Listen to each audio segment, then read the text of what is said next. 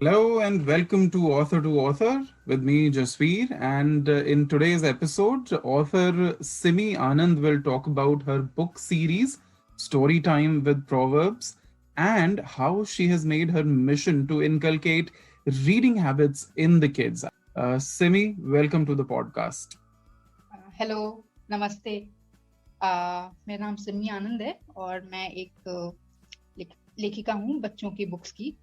तो पहले तो Jasvir, thank you so much for inviting me on this platform. और आपका जो ये आइडिया है ऑथर टू ऑथर, ये काफ़ी अच्छा है, क्योंकि ये एक ऑथर ही समझ सकता है कि दूसरे फेलो ऑथर्स किस स्ट्रगल से गुजरते हैं। So thank you for this innovative idea. Thank you Simi. और मेरे लिए भी एक लर्निंग एक्सपीरियंस है एज एन ऑथर। जब मैं दूसरे ऑथर्स से बात करता हूँ तो बहुत कुछ सीखने को मिलता है। And I thought of creating a platform जहाँ पे ऑथर्स आए, फ्री ऑफ कॉस्ट बात करें एंड अपना नॉलेज शेयर करें दूसरे ऑथर्स के साथ। So that's the whole idea. Because honestly शुरू में मैंने बहुत स्ट्रगल किया था। जब मैंने शुरू में लिखना शुरू किया था 2018 में, और कोई गाइड करने को नहीं था, तो मेरा आइडिया ऑथर टू ऑथर के पीछे यही था कि जो एस्पायरिंग ऑथर्स हैं वो सुने एस्टैब्लिश्ड ऑथर्स और पब्लिश्ड ऑथर्स को, और कोई उनकी प्रॉब्लम्स हैं वो सॉर्ट की जाए, कहीं पे अटके हुए हैं, वो पब्लिशिंग में प्रॉब्लम आ रही है। That was the whole idea. And I hope to continue doing this. Thank you so much Simi for your encouragement. तो सिमी, प्लीज हमारे लिसनर्स को बताइए कुछ अपने बारे में, अपनी लाइफ के बारे में, और अपनी जर्नी आपने कैसे शुरू की लेखिका की। एक्चुअली मैंने पढ़ाई ग्रेजुएशन जो है मैंने न्यूक्लियर मेडिसिन में किया था, और मैंने 2 साल उसमें काम भी किया है। लाइक इंडिया के टॉप 3 हॉस्पिटल्स में काम किया मैंने। But it was like not like an exciting work. मैं इतनी इंटरेस्टेड नहीं थी। लाइक फाइनल ईयर तक आते आते मेरा इंटरेस्ट उसमें खत्म हो गया था। बट अब पढ़ाई कर लिया तो फिर क्या करना है, अब तो जॉब तो करना ही है, वो बात थी। तो हमारा जो है न्यूक्लियर मेडिसिन, वो एक्चुअली रेडिएशन से हम लोग डील करते हैं। सो मेरा था कि लाइक जैसे हमारे में होता है कि अगर कोई लेडी प्रेग्नेंट हो जाती है तो उसे या तो जॉब छोड़ना है या फिर हाई रेडिएशन जोन से दूर रहना। तो मेरा था कि जब भी आई विल गेट प्रेग्नेंट, मैं बिल्कुल 3-4 साल बिल्कुल जॉब छोड़ दूंगी। एंड लकीली मेरी बेटी की बर्थ के बाद मैंने वो ब्रेक लिया, और उस ब्रेक में मुझे ये बुक्स लिखने का आइडिया है। क्योंकि लाइक एक हाउसवाइफ बन गई थी, बेटी की देख केयर कर रही थी, बट एक वो होती है ना कि लाइक पढ़ लिख के भी घर पे ही हो। तो वो एक फीलिंग आई कि काम करूं, बट बेटी को भी मैं छोड़ना नहीं चाहती थी किसी और के केयर में। तो ये मुझे सबसे अच्छा लगा बुक्स लिखने का, क्योंकि मुझे बुक्स का शौक बहुत बचपन से है। और मैंने अपनी बेटी को भी बहुत पहले से बुक्स इंट्रोड्यूस किया था। तो उसे बुक्स पढ़ना बहुत पसंद है। बिना बेड टाइम स्टोरीज के वो सोने नहीं जाती है। हम्म। तो मुझे लगा कि I should go in this. इसमें क्या होगा कि मैं घर पे भी रह सकती हूँ, उसकी केयर भी कर सकती हूँ, बुक्स भी लिख सकती हूँ, and I will be independent again. So this was my thought process behind it. Her author का एक ड्रीम होता है कि मैं फुल टाइम लिखूं। तो हाँ, have you been successful in that? Like अगर पब्लिशिंग की बात की जाए तो 2 बुक्स पब्लिश हो चुकी हैं। सेकेंड बुक जो है वो तो अभी 2 वीक्स पहले ही आई है। इंडिया में रिलीज हो गई है, एंड ग्लोबली रिलीज होना बाकी है, आई थिंक मे बी 1 और 2 वीक्स मोर।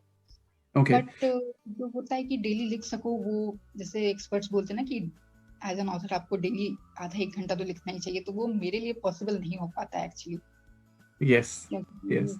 मेरी बेटी अभी छोटी है, और अभी कोरोना की वजह से जो ऑनलाइन क्लासेस हैं तो सब कुछ हमें ही देखना पड़ता है, राइट। होमवर्क क्लास पर। तो मुझे टाइम थोड़ा कम मिलता है, बट या जब भी मिलता है मैं डेफिनेटली कुछ तो कोशिश करती हूँ लिखने की। तो ये कितना समय हो गया आपको लिखते हुए? Actually almost 3 years now. Okay. But ये है कि मैं 3 years में ऐसा नहीं कि मैं डेली लिखती हूँ, that's the thing. So do you feel कि आपको लगता है कि मतलब 3 साल पहले और अब के आपके राइटिंग स्टाइल में कुछ फर्क आया है? नहीं, कुछ खास नहीं, बट हाँ सीखा तो जरूर है। खास करके जब से ये पब्लिशिंग प्रोसेस में बुक गया है तब से मैंने कुछ ज्यादा ही सीखा है। उसके पहले तो मैं खुद में लिखती थी, तो मैं अपनी ही दुनिया में लिखती थी। अब जब से मैंने पब्लिशर्स ढूंढना शुरू किया, इलस्ट्रेटर्स ढूंढना शुरू किया। तो ये सब के बाद मैंने काफी कुछ सीखा है, काफी नई हम्म। नई चीजें सीखी हैं। जी जी जी, एक्सपीरियंस बहुत बड़ी चीज है। आई थिंक एक्सपीरियंस से बहुत कुछ सीखते हैं। जैसे जैसे एक लेखक को, एक ऑथर को एक्सपीरियंस होता जाता है, वो सीखता जाता है उसके साथ साथ ही। मैं इतना कुछ कर पाऊंगी, लाइक एक न्यूक्लियर मेडिसिन की पढ़ाई की थी, बट अब अपने बुक्स की मार्केटिंग भी खुद ही करनी पड़ती है। फिर मैं इलस्ट्रेशन ट्राई कर रही हूँ, तो काफी चीजें सीख रही हूँ। Totally different path. Totally totally. हम ये राइटिंग में चैलेंजेस की बात अभी थोड़ी देर में करेंगे, पब्लिशिंग में, राइटिंग में चैलेंजेस की बात थोड़ी देर में करेंगे। आई थिंक काफी जो नए ऑथर्स हैं उनको ये जानने में दिलचस्पी होगी कि क्या चैलेंजेस आते हैं और कैसे आप उनको डील कर रही हैं, तो हम बात करेंगे उसके बारे में। बट आपने कहा राइटिंग आप पिछले 3 साल से कर रही हैं, तो राइटिंग का क्या मतलब है आपके लिए? What does writing mean to you? पहले तो मैंने ऐसी ही शुरुआत कर दी थी, एक दिमाग में आया तो मैंने सोचा ठीक है, घर पर ही हूँ तो ट्राई करने में क्या जाता है। तो मैंने ट्राई किया, अब जाके मुझे इसमें सेटिस्फैक्शन मिलता है। It has become like passion for me, क्योंकि मुझे कभी न्यूक्लियर मेडिसिन के करियर में इतना आनंद नहीं आया जितना मुझे अभी राइटिंग करने में आता है। स्पेशली क्योंकि मुझे घर में ही मेरी बेटी है जिसे मैं स्टोरी सुनाती हूँ, और उसका जो रिएक्शन मिलता है तो वो काफी एनकरेजिंग होता है मेरे लिए। तो it writing makes me happy now. Okay, wonderful. And was that a conscious decision to write, only children's book? या मतलब आपको और भी लिखने का शौक है, या सिर्फ चिल्ड्रंस बुक पे ही आप लिमिट करना चाहती हैं अपने आप को? मैंने स्टार्ट नॉवेल से किया, बट उसके लिए क्या होता है कि उसके लिए पूरा एक फ्लो चाहिए। हम्म। आप एक ट्रू। में घुस जाएं, तो वो मेरे लिए पॉसिबल नहीं हो पा रहा था, क्योंकि मुझे अपनी बेटी पे भी टाइम देना है, घर पे भी टाइम देना है। तो फिर मैंने ये बच्चों की बुक्स के बारे में सोचा, शॉर्ट स्टोरीज। तो ये मेरे लिए थोड़ा इजी हो गया, क्योंकि मैं उतना टाइम निकाल लेती हूँ, तो एक स्टोरी तो एक बार में बैठ के मैं लिख लेती हूँ, तो ये मेरे लिए थोड़ा इजी था। और लाइक एज अ पेरेंट मुझे ऐसी स्टोरी चाहिए थी अपनी बेटी के लिए, और मुझे जो मिल नहीं रही थी ऐसे प्रोवर्ब्स वाले बुक, तो इसलिए मैंने सोचा कि व्हाई नॉट राइट इट। क्योंकि मुझे जो मिल रहा था, मैं ये नहीं कहूंगी कि मैं पहली ऑथर हूँ जिसने ऐसा कॉन्सेप्ट पे ऐसा बुक लिखा है, बट ये है कि मैंने ढूंढा काफी, बट मुझे इस कॉन्सेप्ट पे स्टोरीज ज्यादा मिली नहीं, बहुत छोटी छोटी कुछ लाइंस वाली स्टोरीज मिली। तो मैंने सोचा कि नहीं मिल रहा है तो मैं खुद ही क्यों ना लिख लूं। तो ओके। यहीं से आया कि मैं खुद ही लिखूंगी अपनी बेटी के लिए किताब। आई थिंक आपके बच्चे बहुत लकी हैं कि उनके घर में ही ऑथर है, और जिस टाइप की किताब उन्हें चाहिए वो आप बना के उनको दे देंगी। I think that's a wonderful thing. मम्मा इस चीज पे लिखो, मम्मा वो चीज पे लिखो। इनफैक्ट सेकेंड बुक में एक दो टॉपिक्स उसने ही मुझे बताए हैं, और थर्ड बुक के लिए वो मुझे अभी से बग करे कि मम्मा लिखो, ये टॉपिक पे लिखो। राइट। एक एक टाइम था जर्नलिंग, जब हमारे पिताजी हमसे कराया करते थे, कहते थे कि डेली डायरी लिखो, अगर डेली नहीं लिख सकते हो कम से कम वीक में लिखो, एक दिन बैठ के कि पूरे वीक में क्या हुआ, स्कूल में क्या हुआ, खेलते समय क्या हुआ। तो क्या आप ऐसा कुछ डायरी वगैरह मेंटेन करती हैं, और कितना जरूरी समझती हैं बच्चों के लिए? बात तो नहीं करती, बट पहले करती थी, मेरे भी डैड कहते थे तो मैं भी करती थी। रेगुलर नहीं थी, करती थी। और फिर थोड़ा प्रेगनेंसी में थोड़ा सा मैंने डायरी लिखा, लाइक अपने अनबॉर्न बेबी के लिए। हम्म। और बट उसके बाद फिर छूट गया, उसके बाद अब मैं नहीं लिख पाती हूँ एक्चुअली। ओके। लिसनर्स के लिए मैं क्लैरिफाई कर दूं, डायरी से मेरा मतलब ये नहीं है कि एक फिजिकल डायरी लिखें। It could be a word file, आपका नोटपैड, या फोन में भी नोट्स लेने के लिए होता है। तो डायरी से मेरा वो मतलब है। तो आपको लगता है कि बहुत जरूरी है बच्चों के लिए लिखना, एटलीस्ट कहीं पे अपनी फीलिंग्स के बारे में, जो कर रहे हैं दिन में उसके बारे में? जैसे मैंने अपनी बेटी के लिए एक जीमेल अकाउंट खोला है, एंड मैं कुछ इवेंट्स उससे, जो इम्पोर्टेंट इवेंट्स होते हैं, मैं उससे शेयर करती हूँ जीमेल पे। तो that can be like my diary. It's not a regular one, daily नहीं लिखती, हम्म। बट हाँ कुछ रेगुलर कुछ इवेंट्स होते हैं, जैसे पहली बार स्कूल गई थी, उस इवेंट के बारे में लिखो, कुछ ऐसे इवेंट्स के बारे में मैंने लिखा है। हम्म। आई कीप सेंडिंग मेल्स, तो बड़ी होगी तो पढ़ेगी। ओके। सो आपकी 2 बुक्स आ चुकी हैं, राइट? 2 बुक्स पब्लिश हो चुकी हैं। तो राइटिंग में अगर आप अपना प्रोसेस देखिए, राइटिंग का प्रोसेस, तो उसमें सबसे मुश्किल आपके लिए क्या लगता है आपको? मुश्किल मुझे ये लगता है कि सोचते रहो कि ये सही होगा कि नहीं, मैं जो लिखना चाह रही हूँ, जो बच्चों को सिखाना चाह रही हूँ, वो सही है कि नहीं।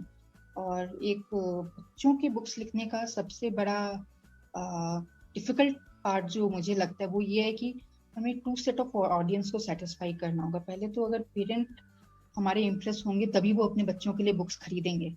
हम्म। तो पहले आपको पेरेंट को इम्प्रेस करना है कि हाँ ये बुक्स आपके बच्चे के लिए सही है, वो खरीदें। और उसके बाद ऑब्वियसली बच्चों को पसंद आना चाहिए, उनको पसंद आएगा तभी ही पेरेंट्स दूसरी किताब खरीदेंगे। तो ये थोड़ा मुश्किल हो जाता है कि हम्म। दोनों को फिर रखा जाए। Right. True true true. I think I अगर मैं अपनी बात करूं एज एन ऑथर, शायद मैं बच्चों के लिए ना लिख पाऊं, क्योंकि हो सकता है मेरी राइटिंग बहुत मैच्योर हो जो बच्चों के लिए ना हो। And easier said than done. मुझे लगता है कि बच्चों से डील करना, बच्चों के लिए लिखना एक बहुत डिफिकल्ट प्रोसेस है। और आप इसको मेरे सिक्स लिए ये तो प्लस पॉइंट है क्योंकि मेरी बेटी घर पे है, मैं उससे स्टोरी सुनाती हूँ। In fact exactly. जब पब्लिशिंग प्रोसेस स्टार्ट हुआ था, मैं इलस्ट्रेटर ढूंढ रही थी। लाइक मुझे, मेरे कोई जान पहचान के है नहीं इस फील्ड में, तो मेरे लिए काफी मुश्किल हो रहा था ढूंढना। और शुरू में कोई इलस्ट्रेटर मिला नहीं, फिर बाद में मिले तो काफी मिले, बट कोई उतना ढंग का नहीं लग रहा था। तो मैं कंफ्यूज थी कि मैं किसको फाइनल करूँ। तो मेरे हस्बैंड ने कहा जब आपके पास घर में एक बच्चा है, आप उसे दो, वो देखेगी, अगर उसे पसंद आ गया तो बाकी बच्चों को भी पसंद आएगा। तो मेरे लिए दैट वे इजी हो गया। मैं जो भी होता था मैं उसे पहले दिखाती थी, उससे फाइनल कराती थी इलस्ट्रेशन सब। तो तो आपका मेरे लिए फीडबैक का मैकेनिज्म घर पर ही है। तो मेरे लिए ये एक प्लस पॉइंट था बीइंग अ पेरेंट। राइट। क्योंकि कई बार होता है ना कि हम एडल्ट्स उतनी बारीकी से नहीं देखते हैं। जैसे मैं आपको एक एग्जांपल देती हूँ। एक इलस्ट्रेशन था और उसमें इलस्ट्रेटर ने पैर नहीं बनाए थे लेडी के। मैंने ऊपर ऊपर पिक देखा, मुझे भी सही लगा, हस्बैंड को भी दिखाया, सबको सही लगा। फिर मैंने बेटी को दिखाया तो वो बोलती मम्मा वेयर आर द लेग्स। ये मेरे लिए थोड़ा प्लस पॉइंट हो जाता है कि वो मुझे पहले ही बता देती है कि कहाँ क्या कमी है। राइट। तो फीडबैक आपको घर ही पे मिल जाता है पब्लिश करने से पहले, विच इज वेरी गुड। जी। तो what comes first for you, plot और द कैरेक्टर्स? आपको पहले प्लॉट डेवलप करना पड़ता है या कैरेक्टर्स आप डेवलप करके फिर प्लॉट उसके अराउंड बनाती हैं?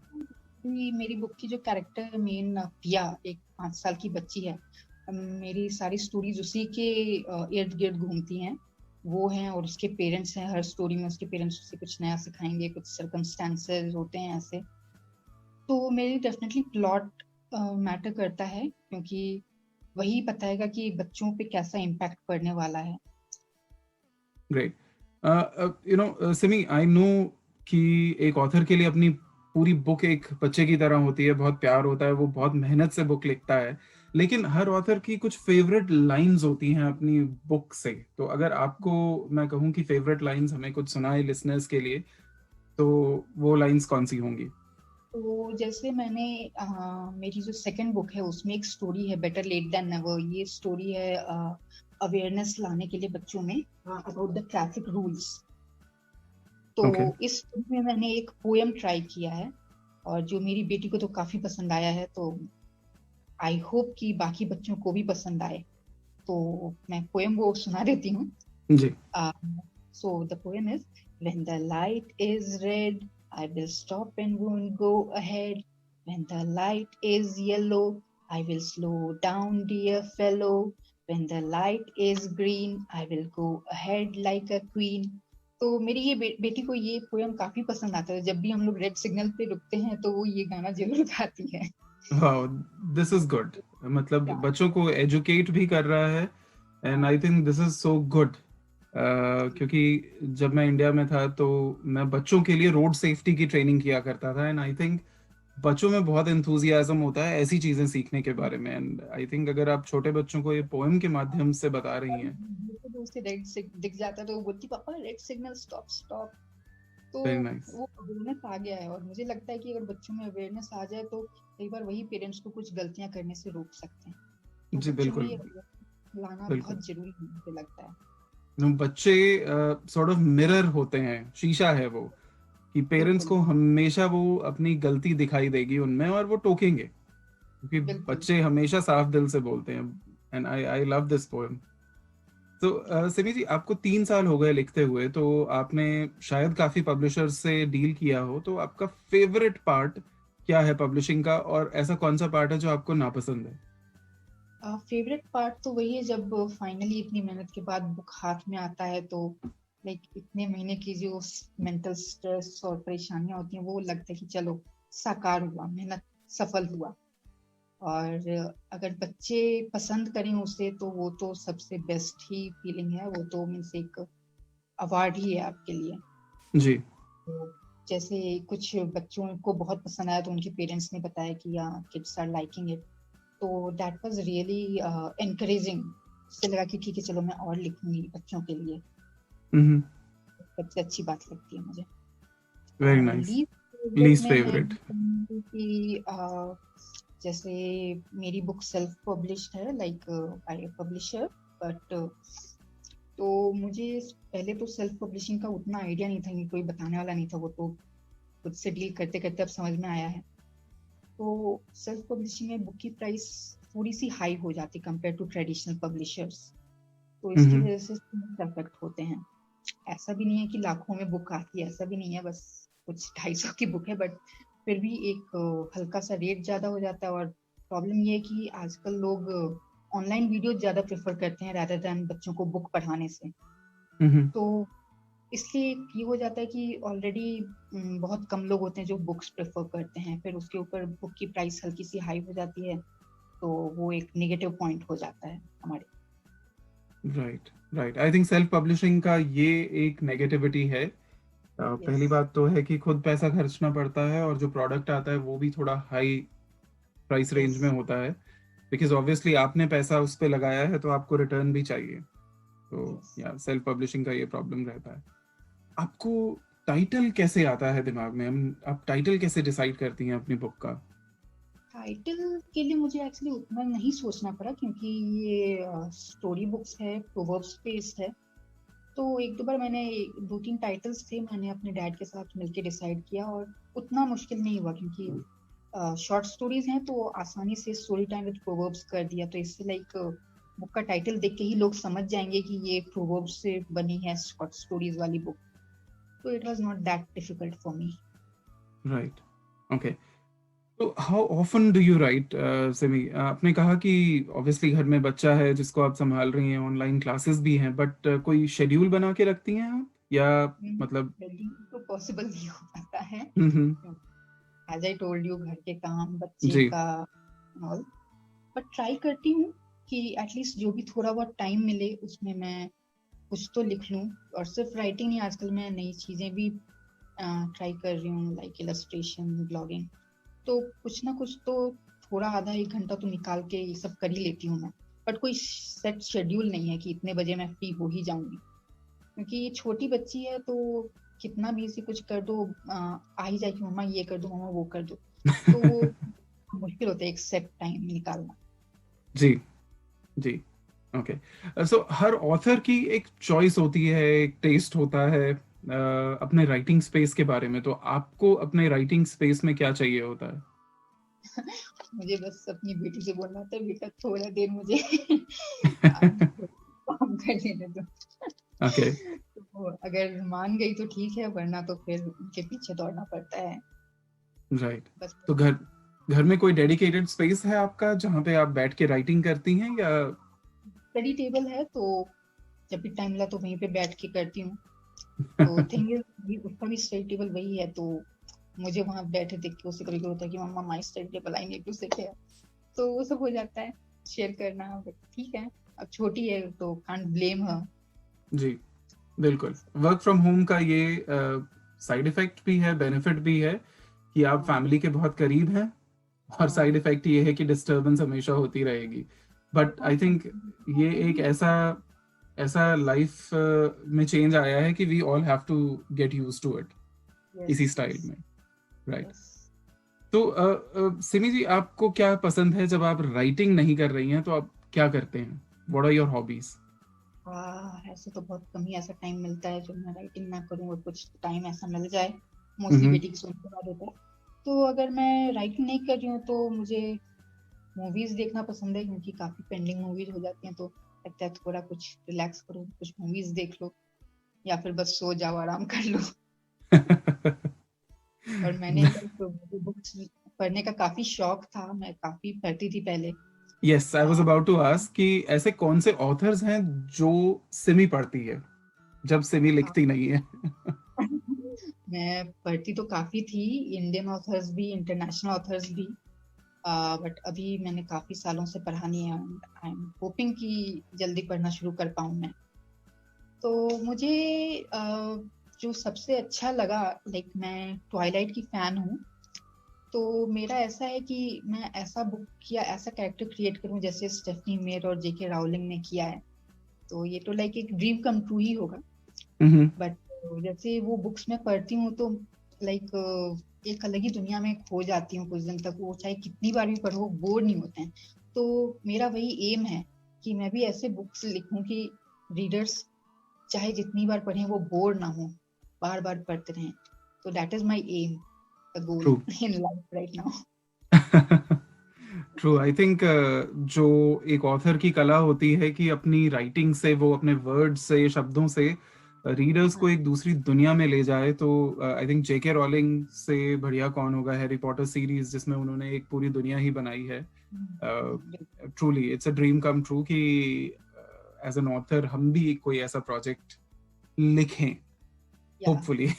All the best for that. हमारे लिसनर्स को बताइए आपके फ्यूचर प्रोजेक्ट्स के बारे में, किन प्रोजेक्ट्स पे काम कर रही हैं आप? अभी मैं एक्चुअली जैसे मैं ब्लॉगिंग स्टार्ट किया है मैंने। I am new to it, but मैंने स्टार्ट किया है ब्लॉगिंग, और मैं लिमिट नहीं करना चाहती हूँ कि सिर्फ पेरेंटिंग ब्लॉग्स करूँ या सिर्फ हेल्थ ब्लॉग्स करूँ। तो मैं सारे डोमेन्स ट्राई करना चाहती हूँ। मैंने जनरल लाइफ के बारे में भी एक दो ब्लॉग्स लिखे हैं, पेरेंटिंग के बारे में भी लिखे हैं, मैं ट्रैवल के बारे में भी लिखूंगी। तो मेरे प्लान्स है कि मैं जो भी मेरे मन में है, जो भी मेरी लाइफ के एक्सपीरियंसेस हैं, मैं शेयर करूँ, मैं लिखूँ उसके बारे में। और दूसरी चीज मैं नई ट्राई कर रही हूँ कि instead of using Google images in my blogs, मैं खुद के इलस्ट्रेशंस यूज कर रही हूँ। तो मैं वाह। इलस्ट्रेशन सीख रही हूँ, एंड मेरे ब्लॉग्स में इलस्ट्रेशंस ही रहते हैं, मैंने गूगल से इमेज नहीं ली कि वो थोड़ा रिस्की हो जाता है, पता नहीं कब किसकी वजह से कौन सा लीगल ट्रबल हो जाए। तो इसलिए मेरा है कि इलस्ट्रेशन खुद का डालना है उसमें, तो मैं वो भी जी, सीख रही हूँ। आई थिंक ये राइटिंग का मेरा फेवरेट पार्ट यही है that through writing you get to learn a lot of things. आप बिल्कुल। मतलब एक चीज लिख रहे हैं, उसके लिए रिसर्च कर रहे हैं। फॉर एग्जांपल आप बुक लिख रही हैं, आपने इलस्ट्रेशन शुरू कर दी, तो आई थिंक दैट्स वेरी कमेंडेबल। और ये राइटिंग का कुछ बेनिफिट है या गिफ्ट है जिसे कहते हैं कि आप एक चीज लिख रहे हैं तो आप 10 चीजों के बारे में सीख भी रहे हैं। आई थिंक बिल्कुल। That's the best part about being author. लेखक होने का सबसे बड़ा बस फायदा यही है। प्रॉब्लम हुआ था शुरू में, बच्चों की बुक्स है तो इलस्ट्रेशन अच्छी चाहिए, तो मुझे काफी प्रॉब्लम हुआ था। तो तब मैंने हम्म। सोचा कि लाइक क्या होता है कि इलस्ट्रेशन के लिए आपको उस इंसान को समझाना होगा अपना स्टोरी, अपना व्यू पॉइंट, आपको क्या चाहिए। तो कई बार वो नहीं समझ पाते हैं, तो थोड़ी इलस्ट्रेशंस गड़बड़ हो जाती हैं। तो ट्रू। तभी मुझे लगा कि अगर मैं खुद सीख लूं तो मुझे खुद को समझाने की जरूरत नहीं होगी। I can, there won't be such limitations. मैं बिल्कुल वो लिखूंगी जो मैं चाहती हूँ। तो मैंने एग्जैक्टली। सोचा कि मैं ये भी ट्राई किया जाए। राइट। तो ये ट्रू ट्रू। मेरा लर्निंग फेज है, और मैं इसे ब्लॉगिंग्स में फिलहाल ट्राई कर रही हूँ। और अगर अच्छा रहा, काफी अच्छा कर लूँ, तो फिर अगले बुक्स में मैं खुद ही इलस्ट्रेशंस करूंगी अपने।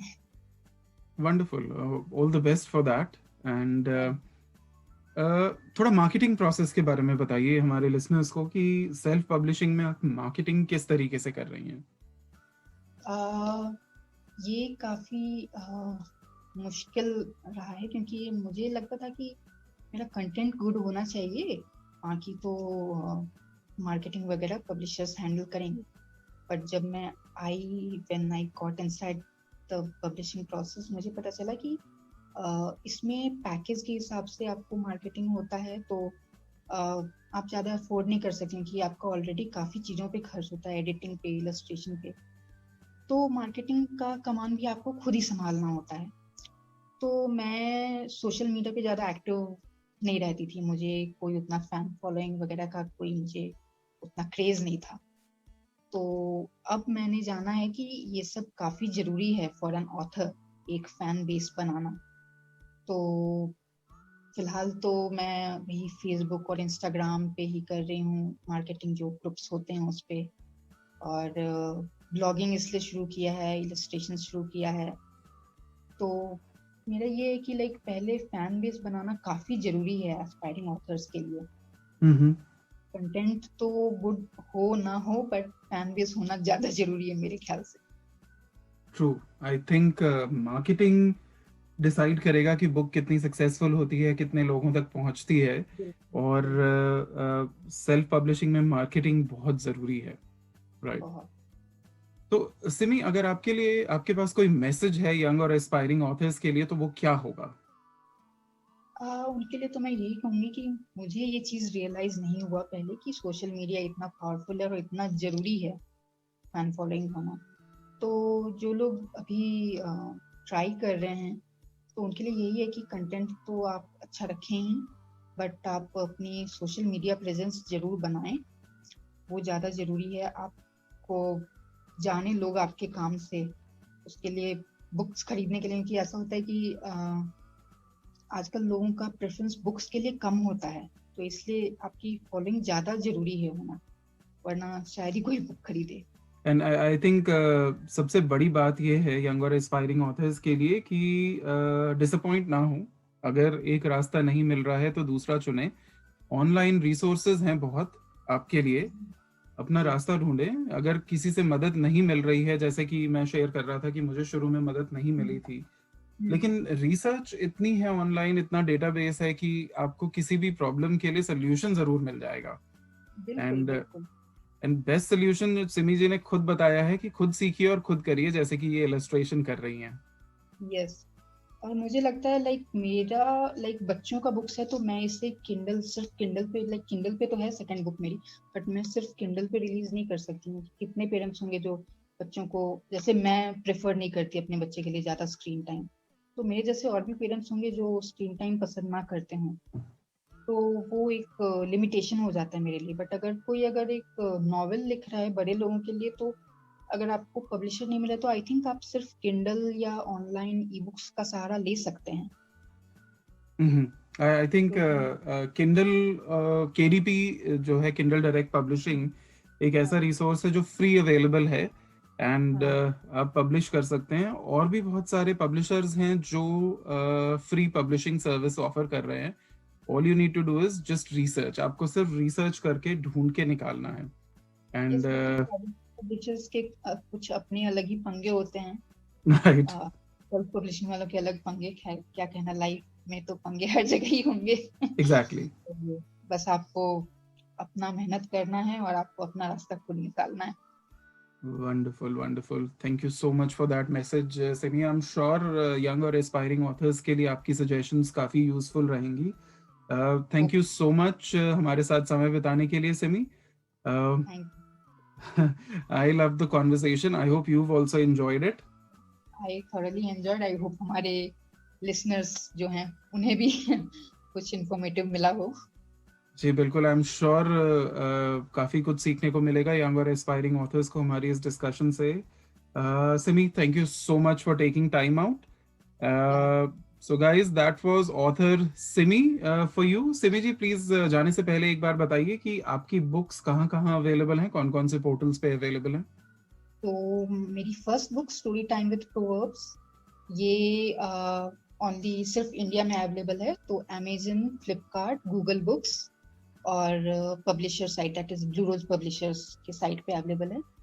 और सेकेंड बुक अभी सिर्फ इंडिया में रिलीज हुई है, तो Amazon, Google books, Flipkart, Kindle और ब्लू रोज साइट पे अवेलेबल है। इंटरनेशनल रिलीज में अभी आई थिंक 1 to 2 weeks लगेगा। तो जैसे ही होगा I will be updating the links on my FB page, मेरी वेबसाइट पे। तो वंडरफुल, फटाफट वंडरफुल। चल। यस। सो सिमी जी से आप कांटेक्ट कर सकते हैं उनके फेसबुक पेज पे और उनके ब्लॉग से, right? Finally Simi, thank you so much समय निकालने के लिए। So guys, that was author Simi Anand for you. I will be back with another author shortly. Till that time, take care and thank you so much for taking time out. Have a Thank great you. day, everyone. Thank you, Simi. Thank you.